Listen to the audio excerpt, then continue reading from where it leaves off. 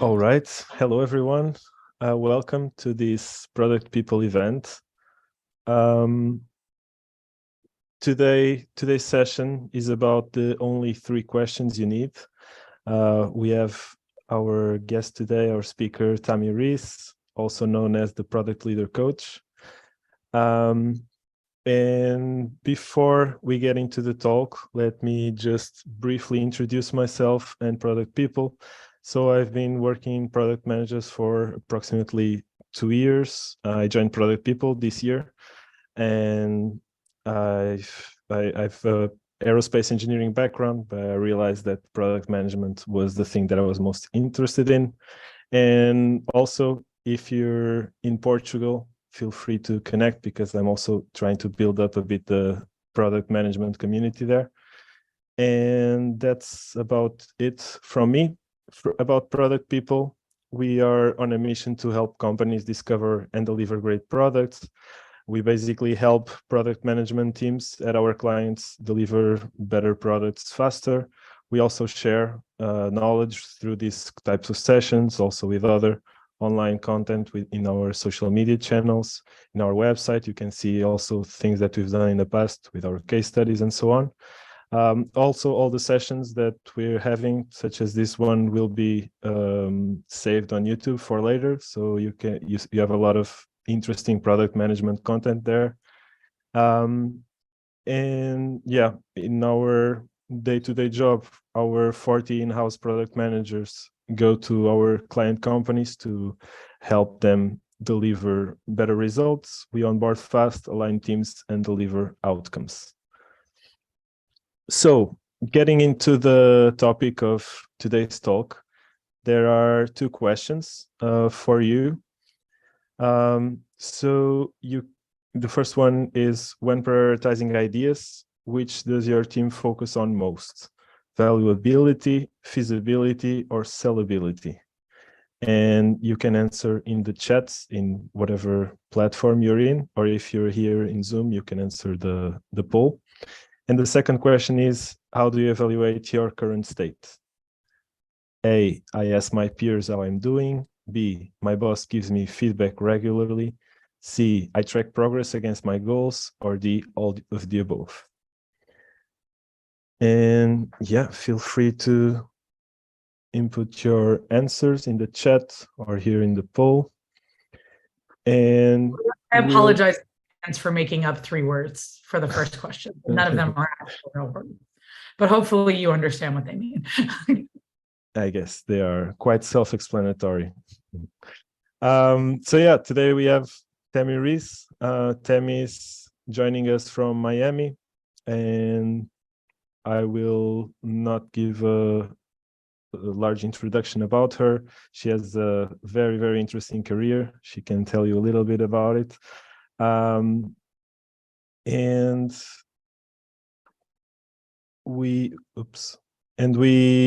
can hand it over to Tami. We have some results from the poll here. So for the first question, when prioritizing ideas, most teams focus on valuability over feasibility and sellability. That's an interesting insight. And also regarding how do you evaluate your current state, 44% said I track progress against my goals, and 56% said all of the above. So yeah, those are interesting insights. And over to you, Tami. Feel free to let us know a bit of your background and go on with your presentation. Let me share. So good afternoon, good evening to most of you. Most of you are based in Europe. It is 11 o'clock in the morning for me here in Miami. This talk I gave at Industry Global back in September, and everything I work on gets iterated over time, but I hope that it resonates with you. And if it does, in the top right-hand corner is my Twitter handle, which no longer exists because I deleted it. So you can ignore that, but you can pretty much find me with that spelling of my name practically anywhere else. So please connect with me on LinkedIn. I love learning from other product people. I love hearing what it is that I say that resonates or doesn't resonate. Every one of you works in a unique situation, and I welcome to learn about how what I talk about can be used or needs to be adapted to work for you. So today we're going to talk about what I call the only 3 questions you ever need, also known as product leadership or product management made simple. And I want to talk to you about the origin of these questions. So the original question that I get a lot, and I'm sure many of you get it as well, is what do product managers do? What exactly is a product manager? Choose your variation on what this question is. And for years and years, because I've been in product for almost 2 decades now, I've said that what product managers do is we decide what to do next. So product managers decide what to do next. But then I'd have to explain that comes from different inputs and is based on company goals and customer desires and market potential and a variety of other things. And so I adapted them recently into a larger group of 3 questions. And this larger group of 3 questions is, where do we want to go? Your vision, etc. Where are we coming from? Your current state. And where should we go next? And these questions, as you'll see in the next 15, 20 minutes, I believe can actually be applied to everything. And don't worry, you're going to see them again and again and again. So don't feel like you need to take notes. And as Joao mentioned, this will also be available on YouTube so you can watch it again. And these questions, I believe, can be applied for product management, for product leadership, and life. And you might have noticed, based on the theme of the background of these slides, that they're based on Google Maps. And if you think about when you go into Google Maps, the first thing you're asked to put in is your destination. And then it asks you from where, and then it gives you options for how to get there. And I think that is a very strong user flow, so much so that Google Maps itself has 10 billion downloads and is the #1 travel app of all time. I'm sure if I was to poll you as to how many of you at some point in your lives had used Google Maps, the vast majority of you would raise your hands because of the prowess of it. Now let's talk a little bit about me. And so I'm going to actually answer the 3 questions, but answer them about me. So where do I want to go? I love helping product people at all levels be recognized for their strengths. And so I have a background in that. Where am I coming from? I have been an in-house product person at Cornerstone On Demand, CityGrid, JustWorks, and a few other companies. I have been a product consultant at a variety of larger firms. I have been an instructor at some very prestigious places. And recently I was the CPO in residence at Insight Partners and Mainsail Ventures. And I currently, the blue is I am the founder and CEO of Product Leader Coach, where I do executive coaching for senior director, vice presidents, CPOs of product companies, tech companies. And I also do corporate training for Product Institute with Melissa Perry, meaning that there are groups of people who are learning foundational things in product, and I'm helping them do that. Where am I going next? So I have been helping out Product Collective for the mid-career product managers and doing things like this, webinars, et cetera. And I have written a book that is in draft mode called What Do Product Managers Do? A little bit more on my kids' book later. But one of the people I talked to recently translated it into Portuguese. So hopefully somebody is inspired to translate it into Swedish or Norwegian or German from today's community. Italian would be fun. French, whatever you wish. We're iterating on the English version, but I'm sure there is a large international community where What Do Product Managers Do will be a fun way to teach children and our parents about what it is that we do. So where are we going today? We're going to talk about the 3 questions for products, and then the 3 questions for product leaders, and then the 3 questions for your life. So again, the 3 questions: where do we want to go? Where are we coming from? And where should we go next? I created a shorthand for you. where to, where from, where next. Again, where to, where from, where next, so that you can remember it. Because again, these are the only 3 questions you will ever need. So best to be able to remember them easily. So, and if we're thinking about them for products, where to is associated with the product vision, where from is a matter of the analysis we do to understand our current state, and where next is the strategy we put forward to help us get closer to our vision. So, number 1, where do we want to go? This may be called a vision, a mission, a goals, objectives, strategic intents, but all of these really are about focus. They're all about focusing us on a destination. Where do we want to go? And if you don't answer this question first, what ends up happening per the poll question a few minutes ago is we end up talking about the feasibility of something instead of the valuability of something. So when we know where we're trying to go, we can then evaluate, will any of these ideas that we've come up with help us get to our destination? And so that's why it should be the first question you ask. It should become your North Star.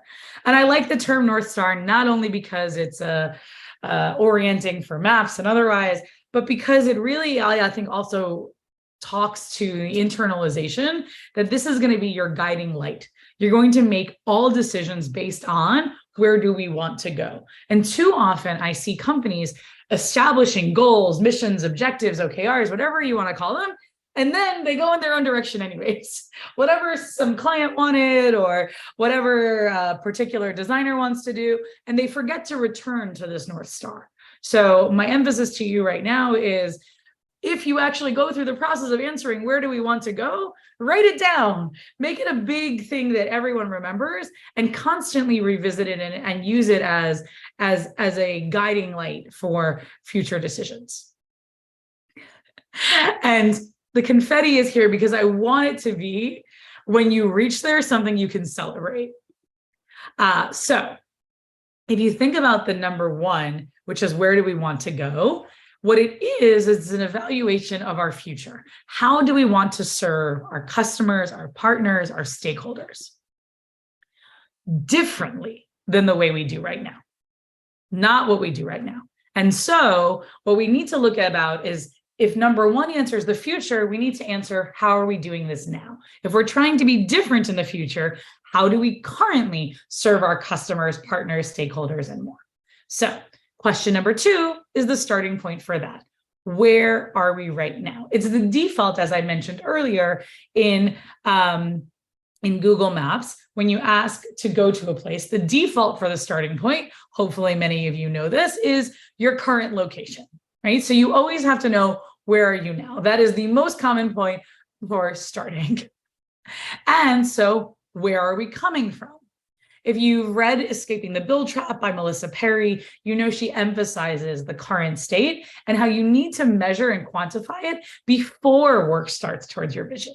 So before you choose what your next step is, it's important to evaluate, where are we now? And this could be a SWOT analysis. This could be something where you're balancing understanding the internal and the external, what's going on in the market and what's going on with our own capabilities. If you, I assume everyone's familiar with the School of Business at University of Pennsylvania, Wharton. I got the joy of working with Nikolaj Sikolkow, who I believe is actually German. And he wrote this book called Connected Strategy. And when he and I were leading a webinar at some point, he taught me something that I've repeated countless times afterwards, which is that strategic decisions, if you're going to classify something as strategic, it needs to be actually leveraging your competitive advantages and your unique strengths. So in order to make a strategic decision about where to go, you need to start with understanding your strengths. So be sure to understand what makes our company different and what will allow us to do things differently in the world and serve our customers, partners, et cetera, in unique ways that become further competitive advantages for ourselves. And so that's why we invest the time in understanding where we are now. Our third question is, where should we go next? And as I mentioned earlier, when asked, what do product managers do? I often said, we decide what to do next. And so that is a core of what product management is. But sadly, this is where most people start. You start by building a roadmap or a backlog of all the different things we should do next. We're hearing this from customers, we're hearing this from prospects, et cetera. You can tell I tend to work in the B2B world. But you should really only contemplate those options after answering the other two questions. So until you know where do we want to go and where are we coming from, where should we go next should not be explored. And unfortunately, too many people jump right there. So when you are thinking more expansively and you think about your vision, where are we trying to go and where are we coming now, where are we coming from, you have the ability to realize there are actually many options which you can explore in how to get there.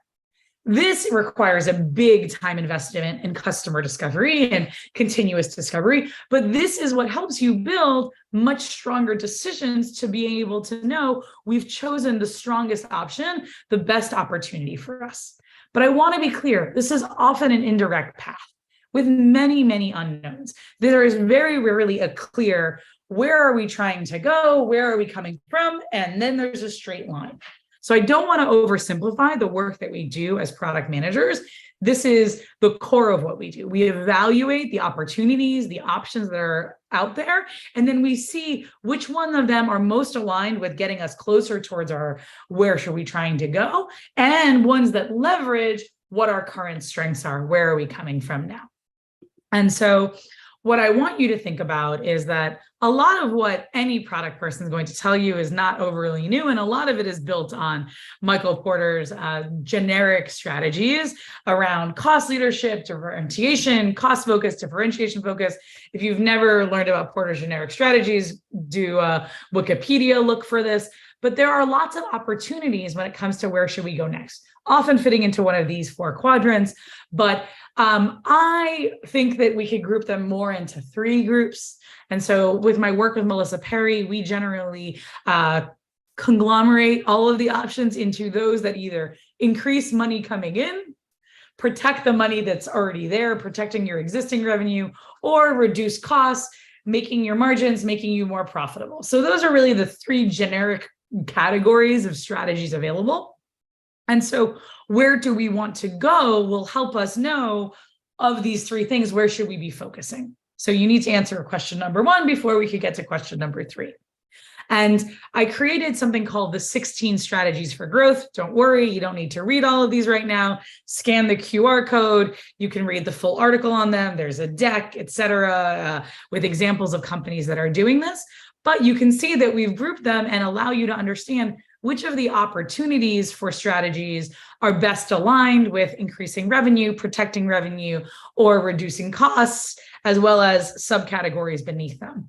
It is important for you when you're thinking through a strategy to actually go through the 16 just to say, did I think about all of the options? That's why we created this list, because too often whatever gets said first is what people go for instead of exploring more expansively.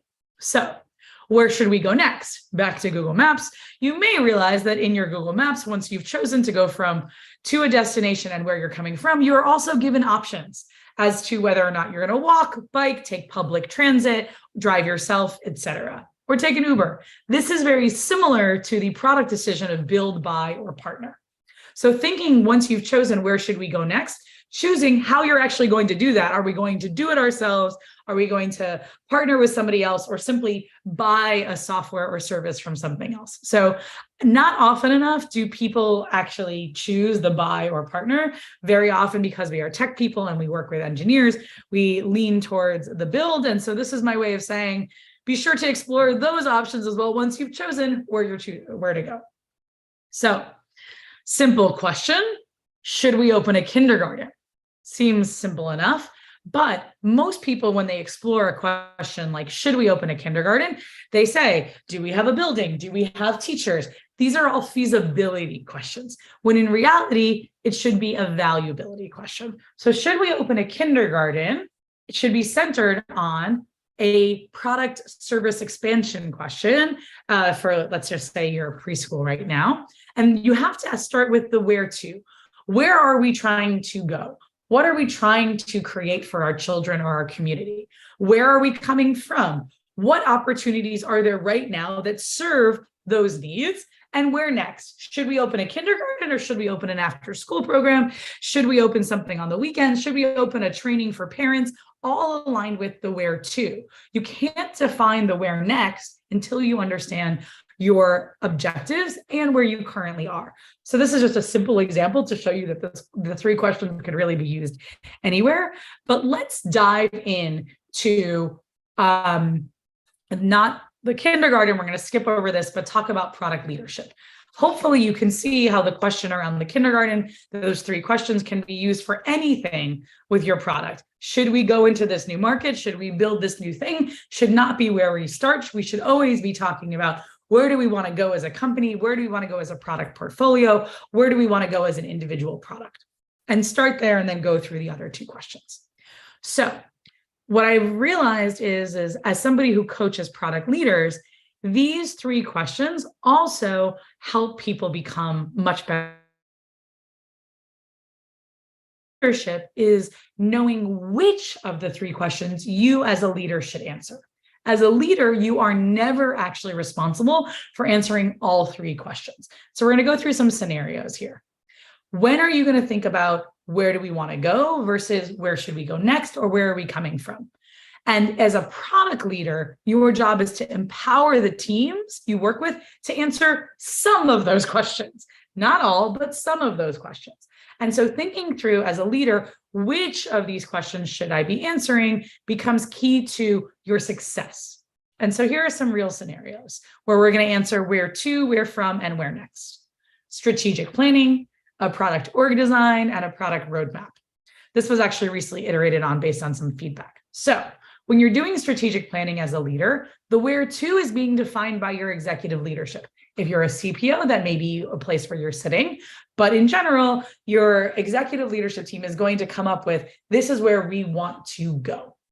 Where from is going to be informed by business operations, market research, other teams that are informing where are we now? What are our current challenges? What are we currently doing well or not? And then where next is actually where you as a product leader will be answering the question. So this is the question that you are going to answer. This is your primary responsibility in case you forgot.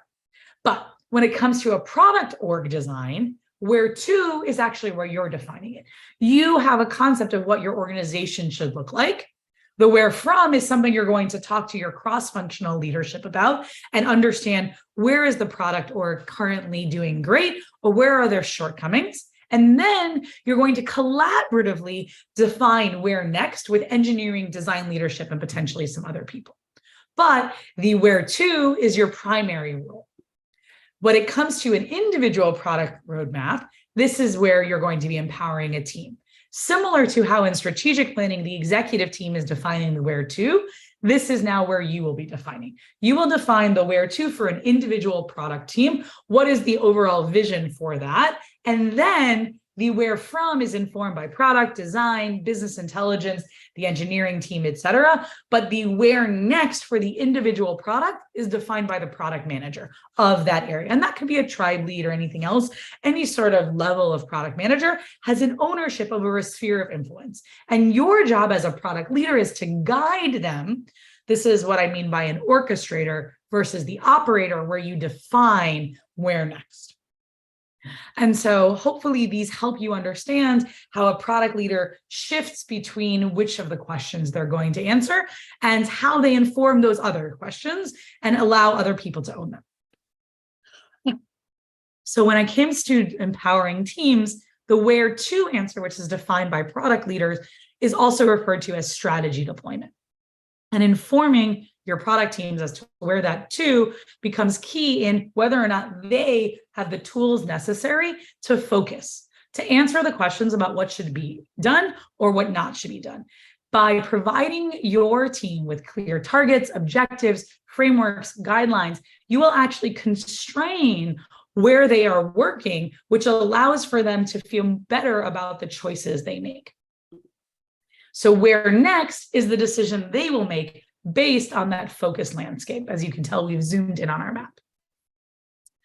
But conflict often arises. And so your job, if things get escalated to you as a product leader, is to remind teams of the where to and try their best to resolve it without you as a referee. You don't want to step in and make the decision about where next for them. You want to remind them of the vision and the goals to reframe themselves so that they can make the right decision without you, so that they feel empowered to make the decision again and again and again. So there's a gentleman named Adam Harmitz. He's the VP of product over at Microsoft. I happen to have gone to UCLA with him. He writes an amazing blog with his wife, Helen, called Mind the Beet, B-E-E-T, like the vegetable.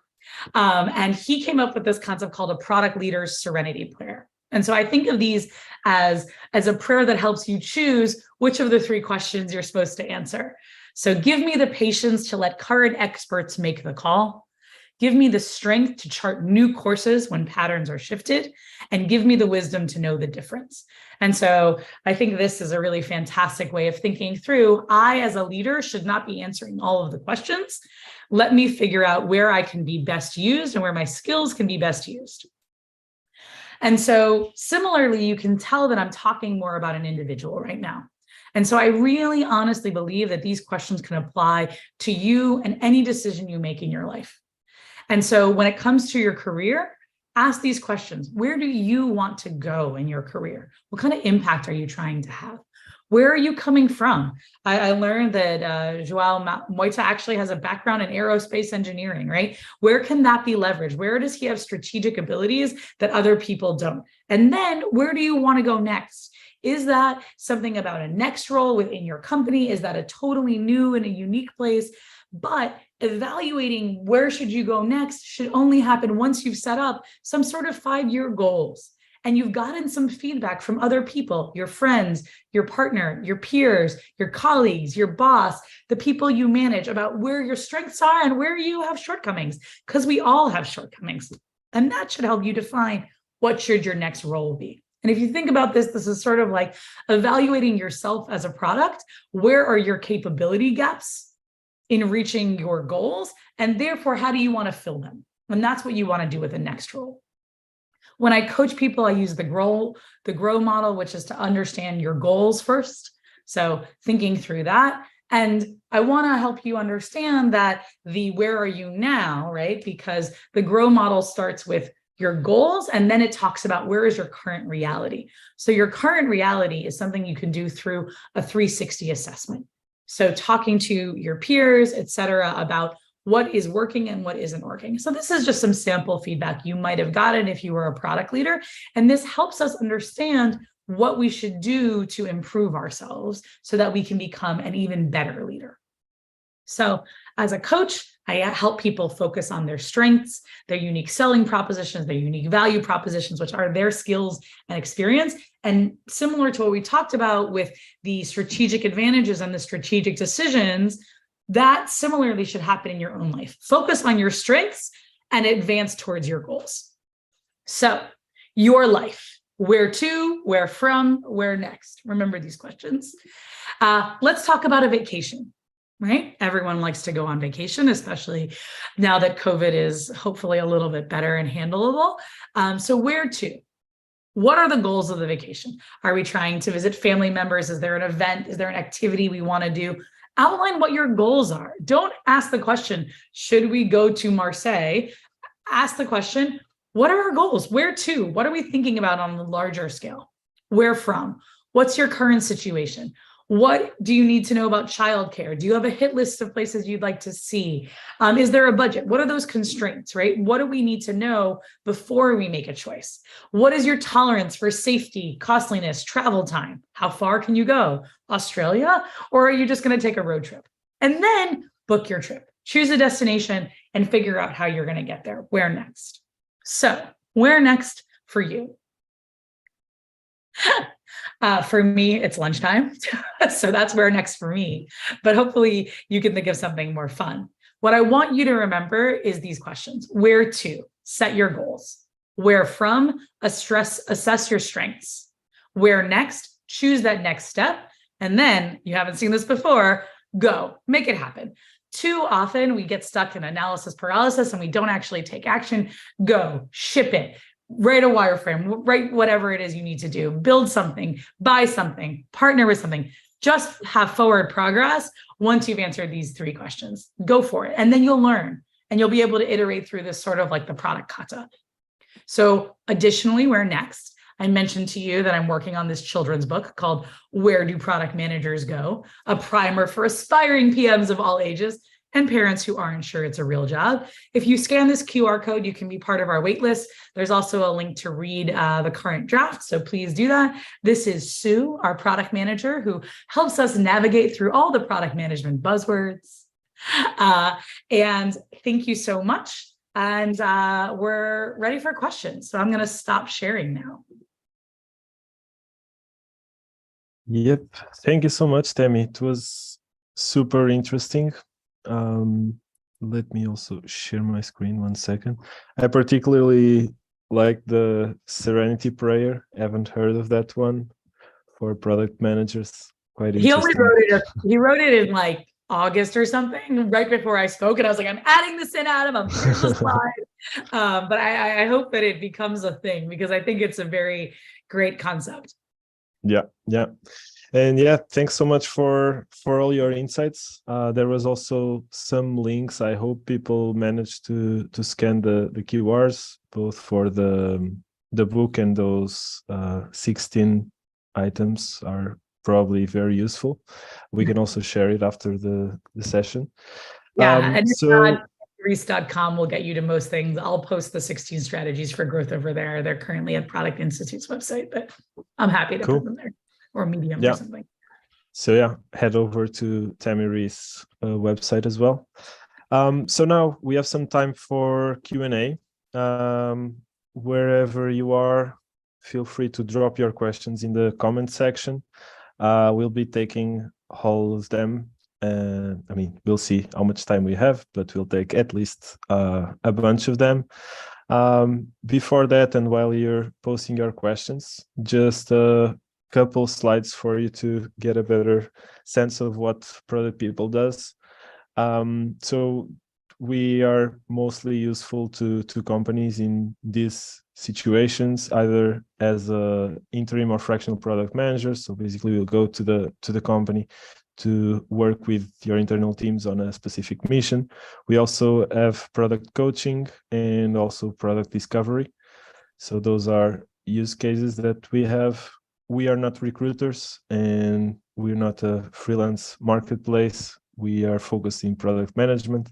So if you need that kind of help in your company, in your organization, I mean, not necessarily company, we're also working with some NGOs and those kind of organizations. So yeah, feel free to reach out and we'll be happy to let you know more about it. Here are some of our current and past clients. You may recognize a bunch of them. And yeah, these some more B2B clients. And we've had quite a lot of positive feedback from our missions. Right now we are about 40 product managers and leaders in the team. We have a lot of diversity, people from all around the world, mostly focused in Europe, but we have people a bit everywhere. And this is our team.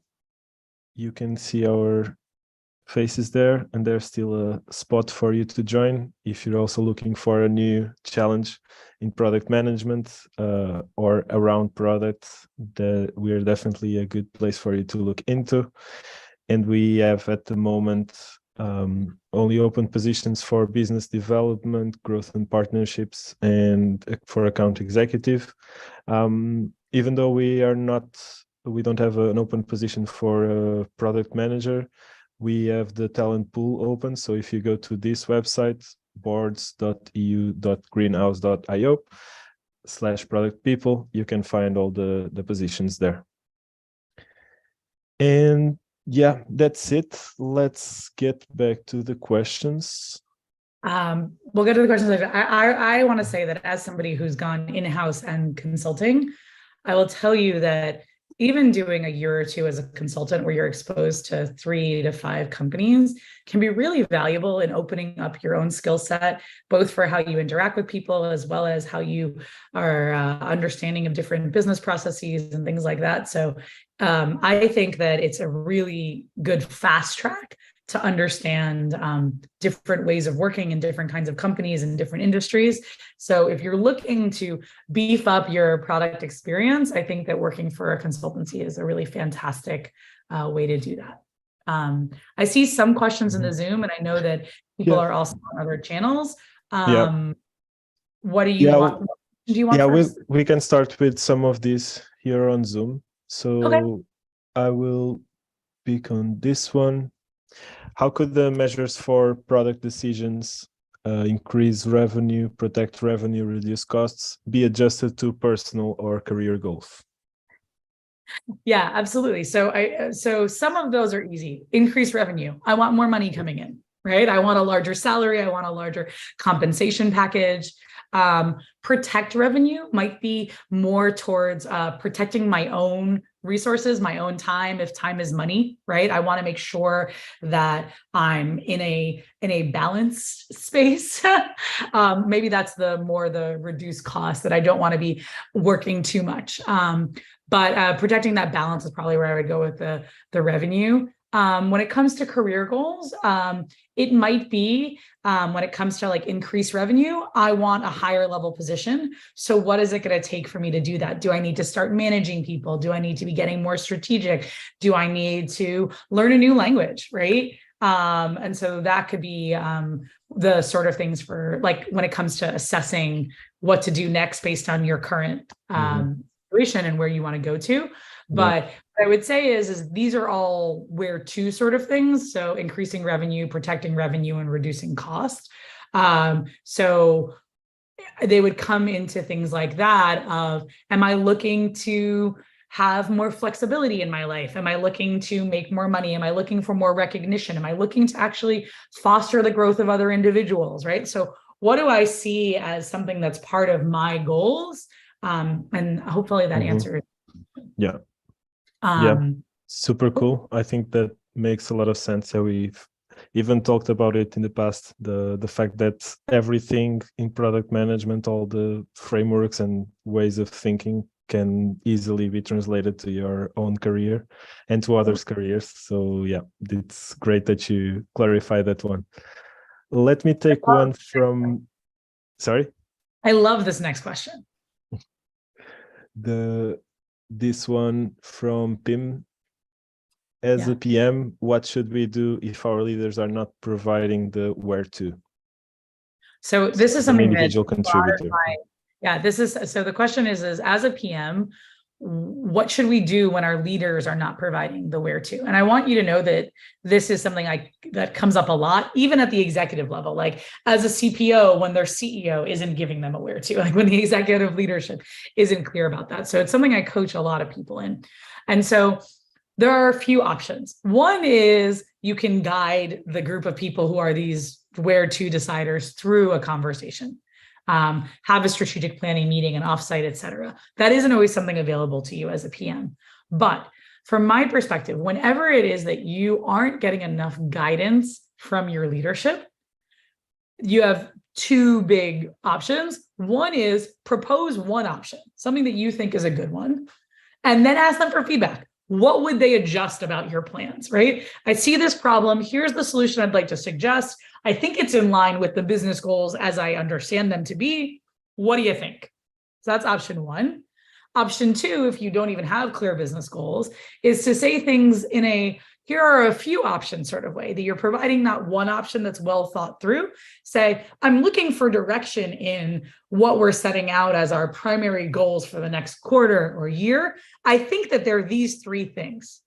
Can you confirm them or adjust them based on your insider knowledge, right? So getting that sense of confirmation and adjustment can be very helpful in guiding when people feel that providing an answer when there's a blank slate is too high pressure. And this sort of feedback actually also works well. If your boss, earlier the question was, how is it that you evaluate your personal current state? If your boss isn't giving you enough feedback, similarly, I coach people on how to ask them very direct questions. In this presentation I delivered today, what could I have done better to engage in X, right? What do you think could have been better about the slides I presented, or whatever that is? Asking very defined questions as opposed to open-ended ones can often get you what you need. Right. Yeah, that proactiveness, it's extra important in those kind of situations. Let me take a question here from YouTube, from Carol. I need to build a roadmap with partners and stakeholders. Any tip how to engage them and get their motivations?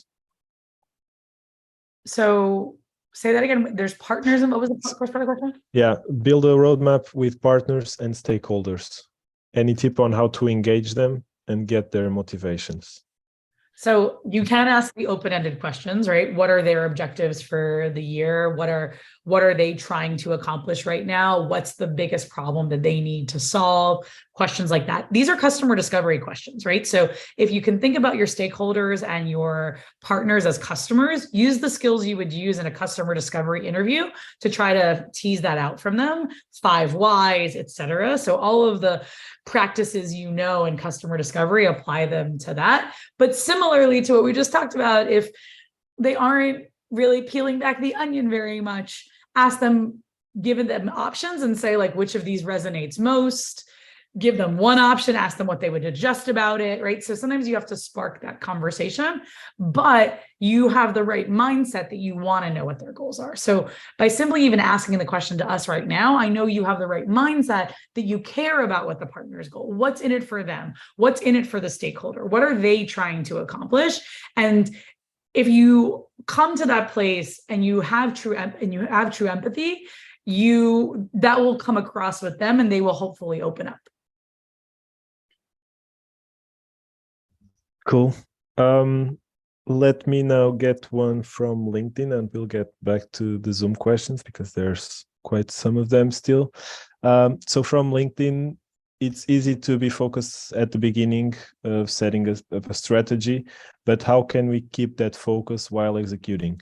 I often find that life, quote unquote, gets in the middle.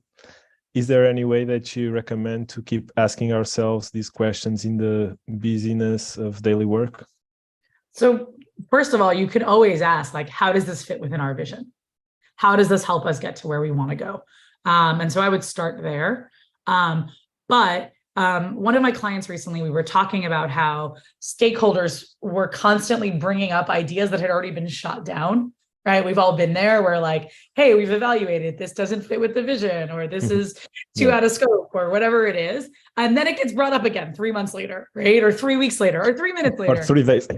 Or 3 days later, right? And so the question I coached him to use was to ask back to the person, rather than saying as a statement, we already discussed this and we said no, ask them, what has changed since the last time we discussed this that warrants us evaluating it again?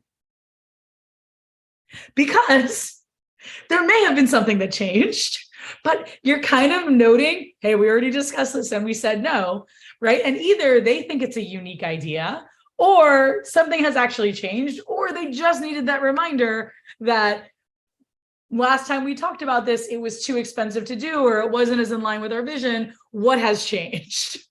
And if they can come up with a good reason, then you can talk about it. But otherwise, it's on them to build the case that you should invest. I'm glad that Christina thinks that is magnificent. So you probably need to write a blog about that, but what has changed? The question that will help you. But I would start with, how does this fit? Again, like constantly asking, right? Like, how is what we're doing helping us get closer to our vision or not? Because sometimes it's helping us understand what step should be next. And sometimes it's helping us evaluate whether or not our previous steps have been successful. And sometimes it's helping us choose the next step. But yeah.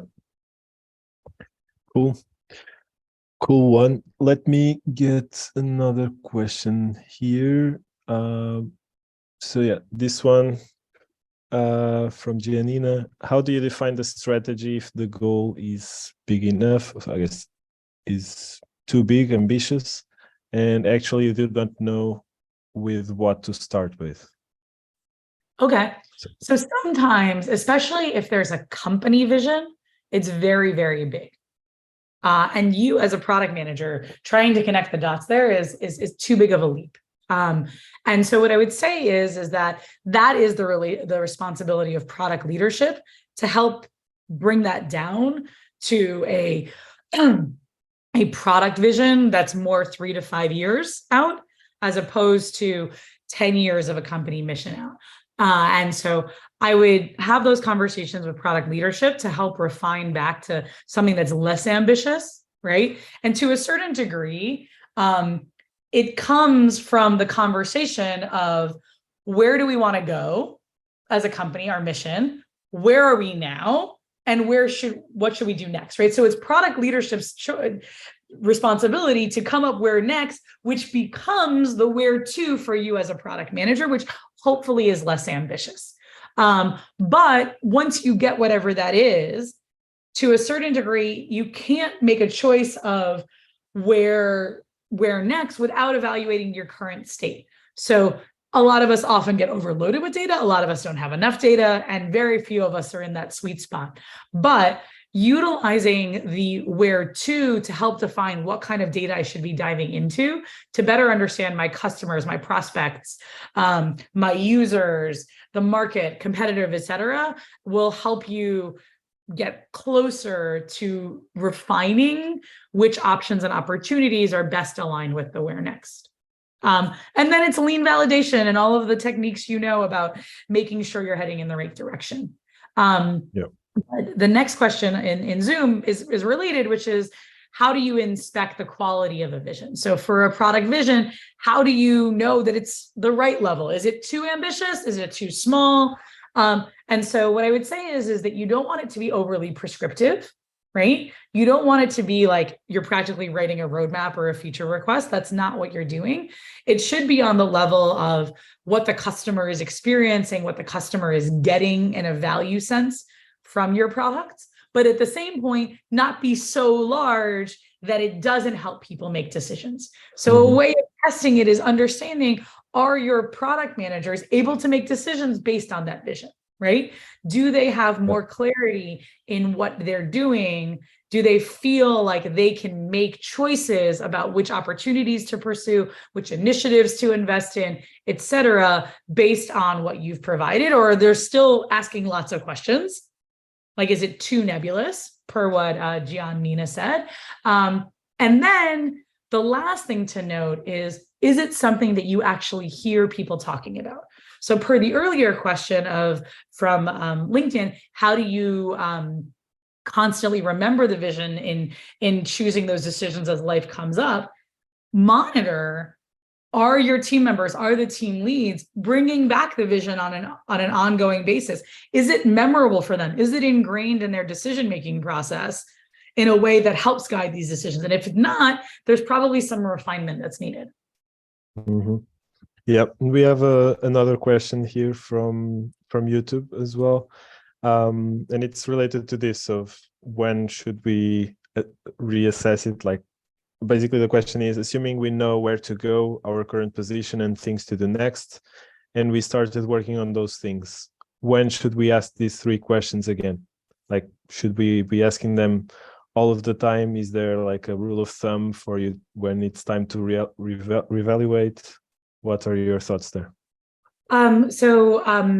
My summary for Melissa's book, Escaping the Build Trap, is don't make a plan and stick to it all the time. On a regular basis, check in and make sure, are we always focused on the most valuable thing? And so I think the answer to this question actually is dependent on what level you're talking about. Like, are you a PM and we're talking about a kickoff for an initiative and it's sprint planning, right? Sprint planning to a certain degree is the time to reevaluate that, right? Like, don't simply have created your roadmap for 3 months and have it all set out. Like, every time it's the next sprint planning, whether that's 1 week, 2 weeks, 4 weeks, say to yourself, is this next body of work, is this next group of stories, the most important things we can be working on that help us get from where we are now closer to where we're trying to go.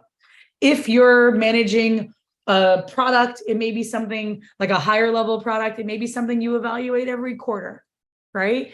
If you're a product leader, it's something you're probably evaluating halfway through the year. Hey, we set out these things. Are we actually still doing it? Maybe that's also on a quarterly level for the portfolio. But when it comes to annual planning, you're refocusing and saying, okay, last year we set out these goals to get closer. We chose these particular things as to where to do next based on where we were then. Let's reevaluate, where are we now? We still probably have the same goals, right? Because those don't change as frequently. But the where next, now that we've learned more, we're constantly learning, we're sponges for information. Where should we choose these new next based on where we are now and what we've learned? So I hope that answers the question. Yeah, cool. So basically, every time you get a chance, do it. Like every time you're evaluating, rethinking priorities, ask the questions and try to get them. The one thing I didn't mention is, in terms of the question earlier, life shows up, right? A competitor does something, right? Something that shakes, like something has changed. A competitor does something. A new client shows up with certain requirements. A partner goes out of business, or a partner shows up, right? There's an opportunity to possibly do something faster because someone launched something that you can integrate with, right? Like whenever the landscape, there's a shift, it's a good time to reevaluate, build by partner. It's a good time to reevaluate. Are we heading the where next? Is it the right where next for us? I don't know how many of you are familiar with Melissa's product kata, but it's very cyclical, right? It's always taking a moment to understand, where are we and what should we do next? And based on whatever happens, cycling through. Reevaluate. Yeah. Cool. Another question here. Is it possible, or does it make sense to reverse engineer a situation and take the 3 questions backwards? So starting with where next and think it backwards. Would that make sense? So I'm not sure I fully understand the question. What I would say is that it's very, very common for someone to ask a where next question. And before having the others. Wise, it's important to get back to the where to. And so if I'm afraid that the question is more like, we have a solution and we're trying to find a problem for it. And I would say that that is a rare occasion that it works out well. But it does happen. We have technology that we are trying to figure out how to best, like we're waiting for a problem to show up or where we can apply said thing. And so that's where I would say that situation happens, that you have a new novel technology that you've created or happened upon, and you need to figure out where the to is for it. But in general, I would say that if someone's coming to you with a where next question, go back to the where to prior to the where are we now, right? You could do the where now, like, and then try to get to the where to.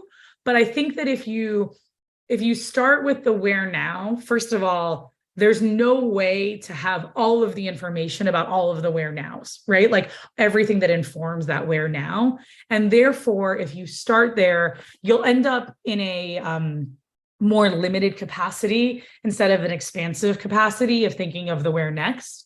And so I would really strongly suggest not going in that particular direction. But if you want to jump from a where next to a where to, skipping over where now and returning back to it, go for it.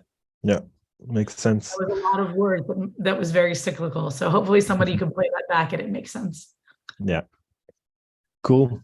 One other thing now coming from me, you mentioned before that consulting is a good thing, something that you'd recommend to someone at some point to do in product management.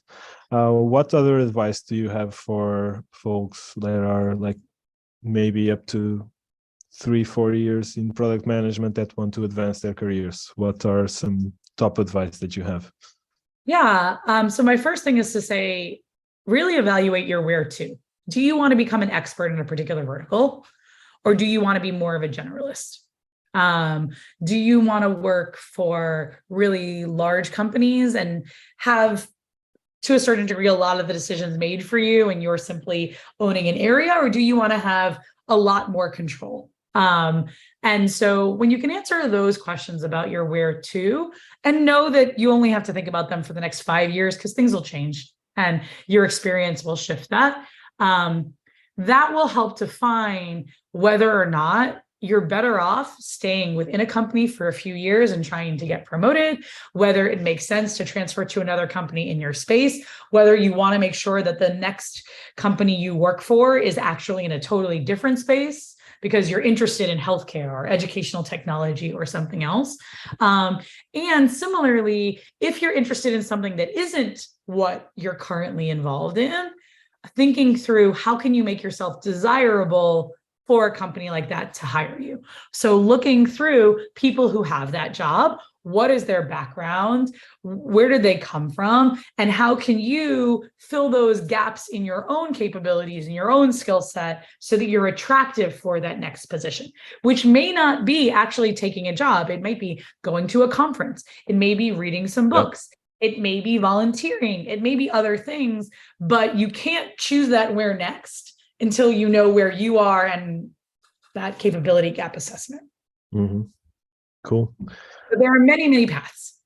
Yeah, definitely. It's not a straight line. Each decision opens up a whole new sea of options. Super cool. One more thing to add there. Sorry? One more thing to add there. I'm currently writing an article about like what it takes to be a CPO, certain skills. But after I go through the 3 skills, which are important, which is empowering your team, financial acumen, and strategy, I have a whole paragraph on being growth minded. And so I think that that applies to anybody in product. Know that our world is constantly changing. Embrace that, right? And don't be stuck in your ways. Be willing to learn about new processes, new skill sets, new technologies, and be excited about it, because that will always help you in your career. Cool. That's super valuable advice, definitely. One last thing, just to recap, also for the ones that didn't get it. I mean, in the recording, you can always go back and find the links to scan. But where can people find you online, and what's the best way to connect or to be helpful to you? So my LinkedIn is great. I actually have a newsletter. That's where I've been like publishing my updated writings. So find me, TAMI, it's right here. Productleadercoach.com, TamiReiss.com. They both go to the same place. That's the general most common places where I'm posting. And Joao will tell you I have gotten a lot more active on LinkedIn recently because I think that's just where people are living. And so, yeah. Cool. Those are the big ones. Great. All right, then I think we are reaching the 1 hour mark, and we're also slowing down on questions. So I think we can wrap it up. We already had a bunch of very, very useful insights for all the product people here. And thank you so much, Tami. Thanks to everyone also listening, both here in Zoom and on YouTube, Twitch, Facebook, LinkedIn, so on. Thanks for your questions as well. You made the session even more interesting. And one final thing, like if you think this is a talk that your particular company or you have a meetup that's also local to your area would be helpful for, please hit me up. I'm happy to support the European growing product community. It's why I joined today's call. I reached out. I really I like supporting growing tech communities. So that's great. I can definitely agree and say that you're a big supporter of the community here in Europe. And thanks a lot for your availability and bringing your insights into today's session. My pleasure. Thank you all for your time today. Thanks, everyone.